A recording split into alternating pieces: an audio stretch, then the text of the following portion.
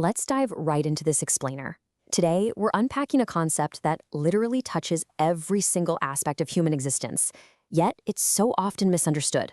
We're talking about the biblical description of sin. Drawing from a truly fascinating lecture by Dr. Robert A. Peterson, we're going to explore how theologians actually define this radical evil. And look, we're moving way beyond that simplistic Sunday school idea of just doing bad things. We really need to understand the true, multifaceted, and honestly kind of terrifying nature of what we're actually dealing with in the human heart. So, here's our roadmap for today. We're going to cover the anatomy of sin, guilt versus pollution, a parasite on creation, failing the cultural mandate, inviting the divine wrath, and we'll wrap up with the deceitfulness of sin.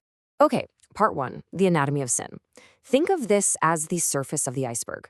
To really wrap our heads around this dense theological topic today, we're going to use an iceberg model. We're starting right at the top, the visible surface. These are the tangible actions and failures that, well, we can all easily spot in our daily lives. This setup brilliantly illustrates the 3 ways sin actually operates at the exact same time. Let's use a classic example, a broken window. First up, you've got commission, actively doing the wrong thing. Imagine you just chuck a baseball straight through the glass, and then you actively lie about it to cover your tracks. That's a direct, undeniable violation, right? Next is omission. This is failing to do the right thing when you absolutely had the chance. So instead of owning up to it, you just stand there silently and let your little brother take the fall. You didn't tell the lie, but your silence? That was the sin. And finally, the trickiest one, imperfection. Let's say you do tell the truth. You march right up and confess. But you only do it because you know you'll get a lighter punishment if you fess up early. Your outward action was technically right, but that internal motive was entirely self-serving. The crazy thing is, almost every mistake we make is some complicated cocktail of all 3 of these. But as we look closer, what really strikes me is that the biblical standard isn't just about those overt physical acts. Jesus completely shifts the paradigm here. He teaches that our underlying motives are what really drag us below the surface. Greed, for example, isn't just some fleeting feeling. It's the actual heartbeat of stealing. Take the biblical figure Gehazi. He lied purely out of greed just to hoard money and clothes. Or think about murder. It's really just the physical expression of inward hate, kind of like Joseph's brothers selling him out of pure venomous jealousy. Even lust is treated with the exact same moral weight as physical infidelity. You just can't separate the action from the attitude. The fruit and the root are totally connected. Moving right into part 2, guilt versus pollution. This is where we look at the deep structural damage. We're diving deeper underwater now, moving past what we actually do to examine our fundamental status before a holy God. We really need to untangle these 2 concepts because it's so easy to mix them up. On one side, we have guilt. Now, guilt is strictly a legal problem. Picture a courtroom. It means we are legally answerable, culpable, and blameworthy before the judge. It's an objective reality that a law has been broken. And get this, it is completely separate from whether you actually feel guilty or not. You can feel totally innocent and still be legally guilty. On the flip side, we have pollution or corruption. This is a moral problem. This means we aren't just in trouble with the law, our very core nature is actually defiled. We don't just commit sins as isolated random events. We sin because we are, by nature, sinners. It's a deep-seated condition, not just a rap sheet. To really picture this idea of pollution, Dr. Peterson points to a totally haunting image from an old National Geographic feature. It showed a Czechoslovakian industrial town under old communism, way before environmental regulations were a thing. And the image showed that absolutely everything, the leaves on the trees, the siding of the houses, literally the skin of the people walking down the street, was coated in this thick, deep, black soot from the factories. It wasn't just a light dusting you could wipe off with a damp cloth. It was a total pervasive corruption baked right into the environment. The people breathed it in, they lived in it, and that is exactly how the biblical text describes our moral condition. It completely saturates our mind, our will, and our emotions.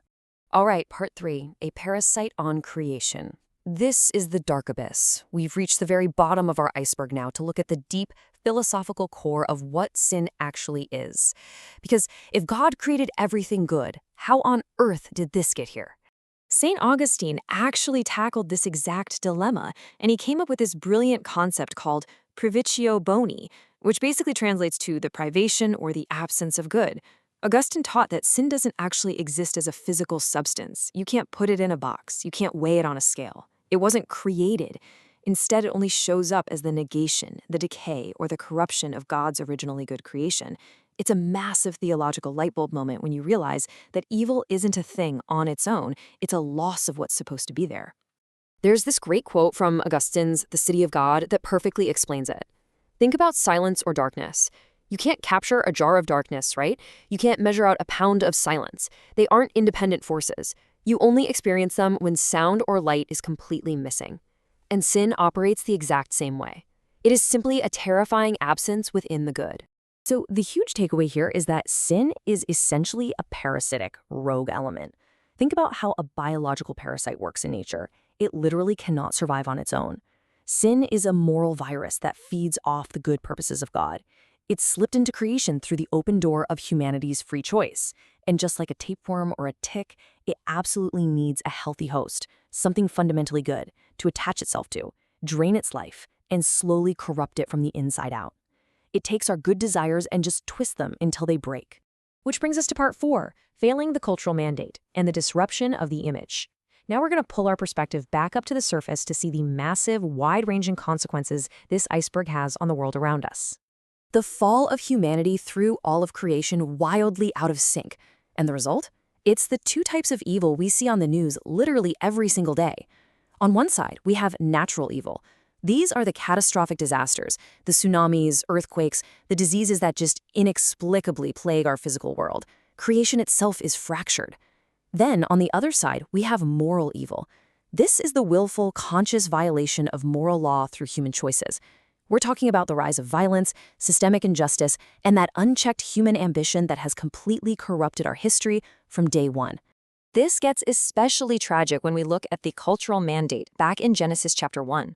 As God's image bearers, humans were meant to be benevolent rulers, bringing God's glory into these specific arenas: our families, our governments, businesses, agriculture, education. But because of sin, we constantly act like malicious tyrants instead. Just think about how a business, which is meant for human flourishing and providing for communities, can be completely twisted by greed into a tool for exploitation. We were meant to transform culture, but that parasite of sin totally derailed the mission, turning our highest callings into selfish, destructive pursuits. Part 5. Inviting the divine wrath. Because sin is such a direct, personal affront to the Creator's absolute moral purity, we really have to understand God's holy response to it. God's instinctive, holy indignation operates in 2 pretty devastating steps. Step 1 is the negative response. This is where God essentially gives unrepentant sinners exactly what they've always wanted: the complete, eternal withdrawal of His blessed presence and favor. It is the ultimate privation, just leaving us entirely in the dark. Step 2 is the positive response. And let's be super clear here, positive does not mean good or happy, it means active. This is the active, judicial imposition of punishment. It's not God suddenly losing his temper.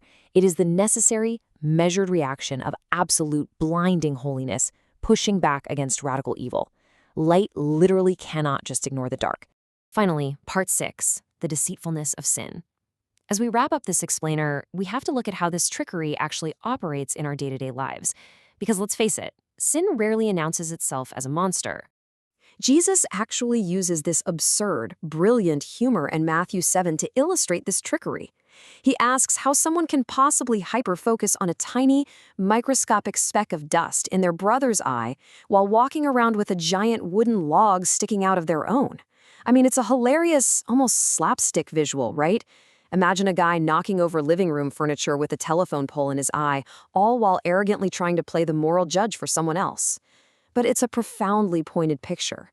That is exactly how sin deceives us. It makes us absolute experts at finding the tiny faults in everybody else, while leaving us completely and utterly blind to our own massive destructive flaws. To fight this kind of trickery, Dr. Peterson recalls this punchy maxim from an old Bible college preacher: "This book will keep you from sin, or sin will keep you from this book." It just brilliantly captures the everyday trench warfare we face for our attention, our motives, and our purity. You know, sin doesn't always look like some massive moral failure. A lot of the time, it just looks like distraction. It keeps us too busy, too tired, or just too apathetic to ground ourselves in the truth. We desperately need constant accountability so we don't get charmed by its subtle little enticements. So, I'm going to leave you with this final thought to ponder today. If sin truly is a deceitful moral virus, a parasite that only thrives in the absence of good, where might it be hiding in the dark corners of your own life right now? What good thing, maybe your career, your family, your ambitions, your relationships, is it quietly trying to attach itself to and corrupt? Think about that as you go through your day. Thanks so much for joining me for this explainer, and keep seeking the light.